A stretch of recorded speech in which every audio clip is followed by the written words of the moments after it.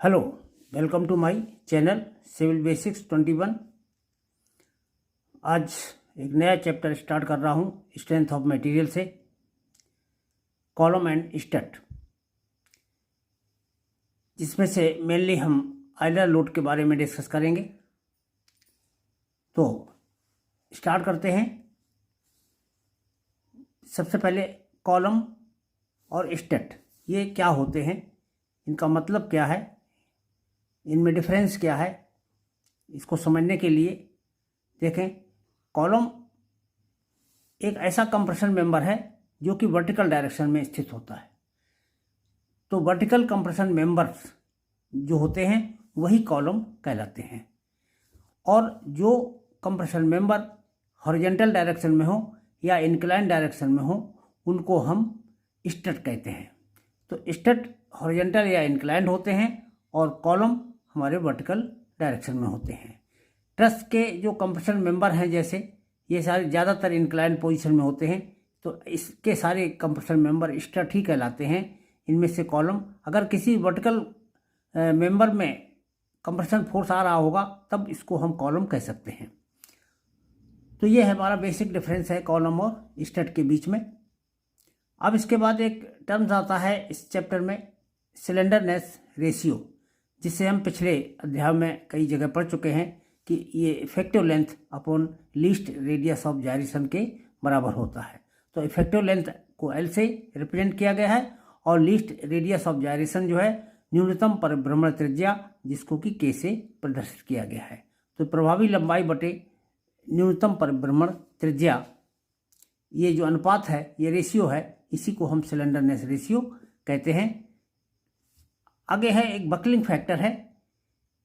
तो किसी स्टड या शॉर्ट कॉलम के लिए का जो स्लेंडरनेस रेशियो होता है उसको हम बकलिंग फैक्टर भी कहते हैं। इसके बाद हम मेन टॉपिक पर स्टार्ट करते हैं, क्लासिफिकेशन ऑफ कॉलम। कॉलम कितने प्रकार के होते हैं? तो कॉलम के जो प्रकार हैं on the basis of load, यानी लोड के आधार पर ये कितने प्रकार के हैं। तो इसमें पहला होता है एक्सियल लोड। तो अक्षीय भारित स्तंभ जितने हैं वो एक्सियल लोडेड कॉलम कहलाते हैं। तो एक्सियल लोडेड का मतलब है कि जब भार कॉलम की लंबाई के दिशा में जो अक्ष है उसके अनुदिश कार्य कर रहा हो, और तो ये एक्सियल लोडेड कॉलम कहलाते हैं। और जब कॉलम का लोड कॉलम की अक्ष से हटकर एक किनारे कुछ दूरी पर लग रहा हो तब उसको हम इसेंट्रिक लोड कहते हैं, उत्केंद्रित भारित स्तंभ। दूसरा होता है on the basis of slenderness ratio. Slenderness ratio के आधार पर इसका जो क्लासिफिकेशन किया गया है वो इस तरह से है कि शॉर्ट कॉलम एक होते हैं। शॉर्ट कॉलम जो है इनका स्लेंडरनेस रेशियो 30 से कम होता है। दूसरा मीडियम कॉलम होते हैं, इनका स्लेंडरनेस रेशियो 30 और 120 के बीच में होता है, यानी इनका स्लेंडरनेस रेशियो 30 से ज़्यादा होता है और 120 से कम होता है। लॉन्ग कॉलम जो होते हैं उनका स्लेंडरनेस रेशियो 120 से अधिक होता है। तो ऐसे कॉलम जिनका स्लेंडरनेस रेशियो 30 से कम हो शॉर्ट कॉलम कहलाते हैं। जिनका स्लेंडरनेस रेशियो ये हमारा 30 और 120 के बीच में हो वो मीडियम कॉलम कहलाते हैं, और जिनका स्लेंडरनेस रेशियो ये हमारा 120 से अधिक हो उनको हम लॉन्ग कॉलम कहते हैं। इस तरह से तीसरा क्लासिफिकेशन है on the basis of and condition. तो एंड कंडीशन के आधार पर कॉलम को कितने प्रकार से डिवाइड किया गया है उसको देखें। बोथ एंड हिंज, जिस कॉलम के दोनों सिरे हिंज हों ऐसा स्तंभ, तो बोथ एंड हिंज्ड कॉलम कहलाएगा। और बोथ एंड फिक्स्ड कॉलम कहलाएगा, जिसके दोनों सिरे फिक्स हों ऐसा कॉलम। और जिसका एक सिरा फिक्स हो, one and fix and one and hinge, तो एक फिक्स हो और एक हिंज हो ऐसा कॉलम। और तीसरा है one and fix and other free, तो एक फिक्स और दूसरा फ्री। इस तरह से 4 कंडीशन के कॉलम हमारे होते हैं। तो ये हमारा क्लासिफिकेशन हो गया कॉलम का डिफरेंट टाइप से। इसके बाद हमारा आता है इसमें एक आयलर फार्मूला होता है। ये आयलर के द्वारा ये फार्मूला स्थापित किया गया। Euler load is also denoted or called by buckling load, crippling load and Euler load. यानी आयलर लोड जो है इसको हम बकलिंग लोड भी कह सकते हैं, बकलिंग लोड, और इसे हम क्रिपलिंग लोड भी कह सकते हैं। तो इस तरीके से जो बकलिंग लोड होता है उसके लिए सिंबल पीबी यूज किया है, क्रिपलिंग लोड होता है उसके लिए सिंबल पीसीआर यूज किया है, और आयलर लोड के लिए पीई सिंबल यूज किया है। ये तीनों तरह के जो लोड हैं वो एक ही लोड हैं, यानी आयलर लोड को ही हम जो है क्रिपलिंग लोड के नाम से पुकार सकते हैं और आयलर लोड और दूसरा बकलिंग लोड के नाम से भी जान सकते हैं। तो इस तरह से ये तो हो गया कि आयलर फार्मूले में आयलर लोड जो है इसको और क्या क्या कह सकते हैं। अब इसके बाद क्रिपलिंग जो अगले स्टेप में है, crippling load and Euler load PE, इसकी जो वैल्यू है वो कैसे ज्ञात की जाएगी। इसके लिए आयलर ने एक सूत्र दिया है, इसके डेरिवेशन की आवश्यकता नहीं है, आप सीधे ही इस फार्मूले को याद कर सकते हैं। पीई यानी आयलर लोड बराबर पाई स्क्वायर ई आई, यानी ई आई का जो प्रोडक्ट होता है इसको फ्लेक्चरल रिजिडिटी बोला जाता है। तो ई आई का ऊपर मल्टीपल है किसमें, पाई स्क्वायर में, डिवाइडेड बाई एल स्क्वायर।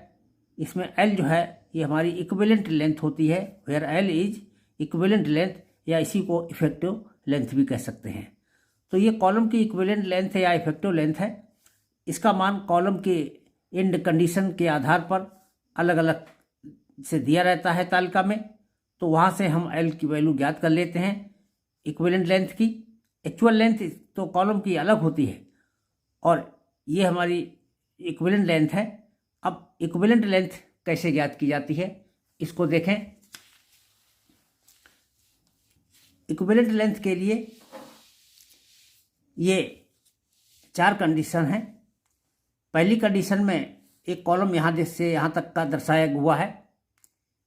इस कॉलम के दोनों सिरे कब्जेदार हैं यानी हिंज्ड हैं, तो दोनों सिरे हिंज होने पर कॉलम में जो बकलिंग होती है वो इस नेचर प्रकार से होती है। ये कॉलम में जो बकलिंग का नेचर दिखाया गया है आकृति, इस तरह से बकलिंग के बाद कॉलम हमारा मुड़ जाएगा लोड के अधिक होने पर, यानी बकलिंग हो जाने पर।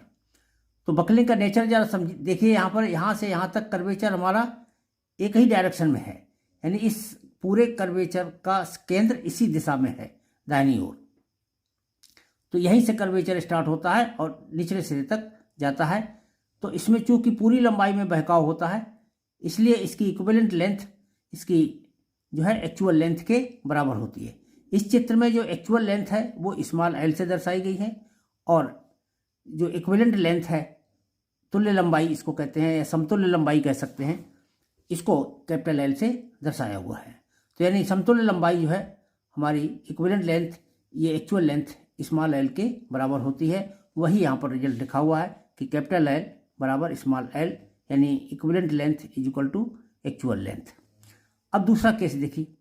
दूसरे केस में क्या है, इस कॉलम का एक सिरा फिक्स है नीचे, इसका ऊपर का सिरा फ्री है।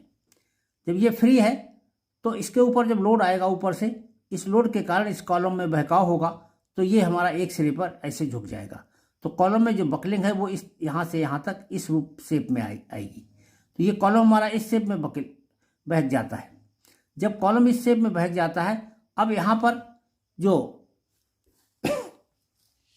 कॉलम की इक्विवेलेंट लेंथ की जो कंडीशन है वो इस तरह से है कि कॉलम का जो है बहकाव किस तरह से लिया जाए, दोनों सिरे हिंज में जिस तरह से होता है, यानी जिस वर्टिकल प्लेन पर जिस वर्टिकल लाइन पर एक सिरा है उसी वर्टिकल लाइन पर दूसरा सिरा भी आ जाए, इतना उसको घुमा दें।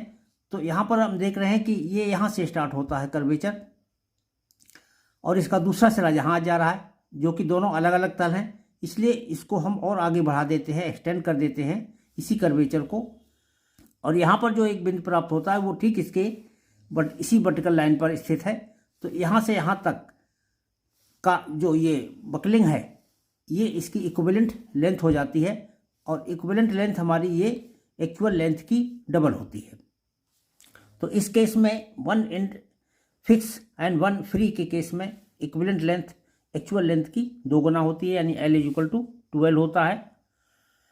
तीसरे केस में हमारी जो हमारा कॉलम है वो एक सिरे पर फिक्स है और दूसरे सिरे पर हिंज है।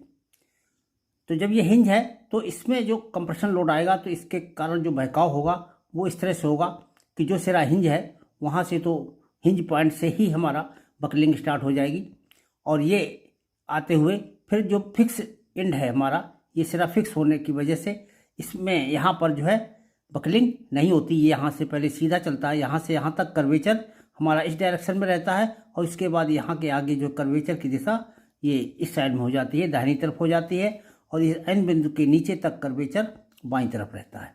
तो इस तरह से ये जो एन बिंदु है ये हमारा इसके कर्वेचर की दिशा का परिवर्तन बिंदु है, इसीलिए इसको नति परिवर्तन बिंदु कहते हैं।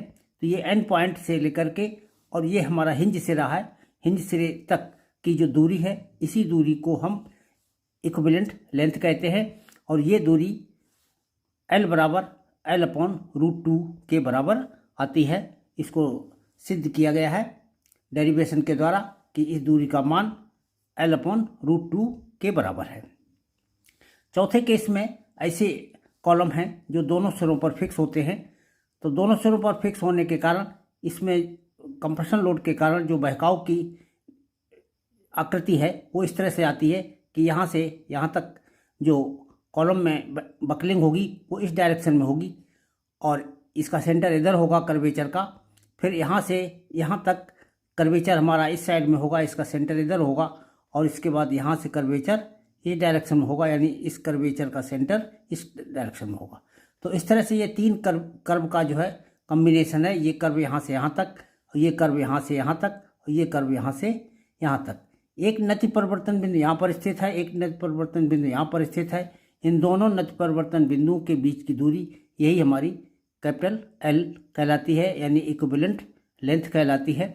और इस इक्विवेलेंट लेंथ का मान दोनों सिरे फिक्स होने पर L बराबर L/2 के बराबर होता है। अब हमको एक्चुअली इस चैप्टर में इस तालिका के ये चारों केस, और किस केस में इसकी सिरे किस तरह के हैं, जैसे इसके दोनों सिरे कब्जेदार हैं, इसका एक सिरा फिक्स है, एक सिरा फ्री है, इसका एक फिक्स है, एक कब्जेदार है यानी हिंज है, और इसके दोनों सिरे फिक्स हैं। तो प्रत्येक शर्त के लिए इनकी जो इक्विवेलेंट लेंथ की जो वैल्यूज हैं इनके मान हमको कंठस्थ होने चाहिए। तो ये आप लोगों को कंठस्थ करने हैं, याद रखने हैं, क्योंकि इन्हीं के बाद यहीं से कैपिटल L की वैल्यू निकाल करके हम इस फार्मूले में रख लेते हैं। PE यानी आयलर लोड बराबर π² EI। EI का मान जो है, E का मान क्वेश्चन में दिया जाएगा, और I का मान या तो बीम का या जो हमारी बीम है उसका क्रॉस सेक्शन की आकृति बता दी जाएगी, तो वहाँ से हम I का मान कैलकुलेट कर लेंगे, अन्यथा इसका मान जो है क्वेश्चन में दे दिया जाएगा।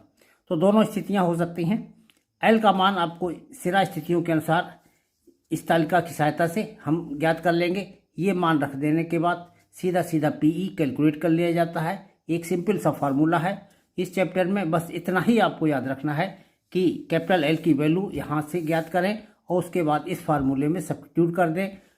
प्रत्येक स्थिति के लिए कुछ बुक्स में इन चारों स्थितियों के लिए अलग अलग फार्मूला स्मॉल l के पदों में बना दिया गया है, वास्तविक लंबाई के पदों में उसकी आवश्यकता नहीं है। आप केवल यहाँ पर इनकी सहायता से इक्विवेलेंट लेंथ निकालिए और इस फार्मूले को इक्विवेलेंट लेंथ के पदों में ही याद रखें, और इसी से हम सारे क्वेश्चन करते हैं। इसके बाद हम एक एग्जाम्पल जो है यहाँ पर बताना चाहेंगे। A 6 metre long column of size 15 centimetre by 20 centimetre is fixed at both end. दोनों सिरों पर फिक्स है।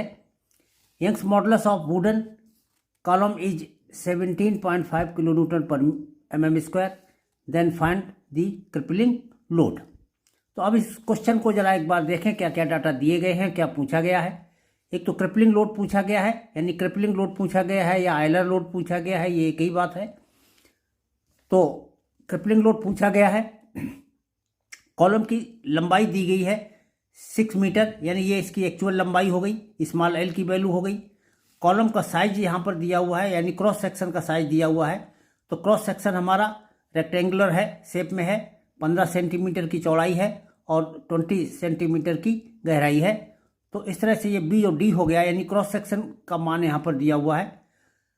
तो इस क्रॉस सेक्शन की मदद से हम उसका मोमेंट ऑफ इनर्शिया ज्ञात कर लेंगे, आई का मान।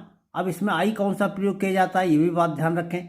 इसमें एक बात ध्यान रखें, आई जो होता है किसी कॉलम में जो लीस्ट होता है दोनों में से, एक्स अक्ष और वाई अक्ष में से जो भी हमारा आई कम होता है उसी का प्रयोग यहाँ इस फार्मूले में किया जाता है। तो फ्लेक्सुरल रिजिडिटी ई आई में आई हमेशा आई मिनिमम ही होता है, आई मैक्सिमम इसमें कभी भी यूज नहीं किया जाता। तो यहाँ पर हम देखिए क्वेश्चन के अनुसार हम फिगर बना लेते हैं। इसका पहले क्रॉस सेक्शन बना लिया। ये 15 सेंटीमीटर की चौड़ाई दी गई थी, इसको हमने मिलीमीटर में लिख लिया, 150 मिलीमीटर। इसकी मोटाई जो या गहराई जो है ये 20 सेंटीमीटर थी, इसको 200 मिलीमीटर रख लिया, क्योंकि सारी कैलकुलेशन न्यूटन और मिलीमीटर में ही करनी चाहिए। एक बात ध्यान रखें कि एक नियम बना लें कि जो भी क्वेश्चन हम करेंगे न्यूटन और एमएम में कन्वर्ट करने के बाद ही करेंगे। आंसर देते समय आप भले ही उसको किलो न्यूटन में कन्वर्ट कर दें, मीटर में कन्वर्ट कर दें, लेकिन ज़्यादातर अभ्यास यही रखना चाहिए कि हम न्यूटन और मिलीमीटर में प्रयोग करें सारी वैल्यूज़। तो ये हमने बी और डी का मान निकाल लिया।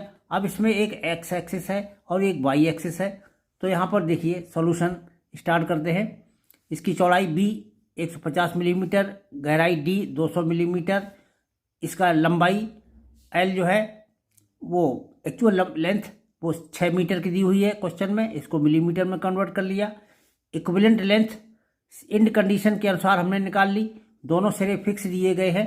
दोनों सिरे फिक्स के लिए इक्विवेलेंट लेंथ की वैल्यू एक्चुअल L/2 के बराबर होती है। तो ये 600/6000/2 हो गया, ये 3000 मिलीमीटर आ गया।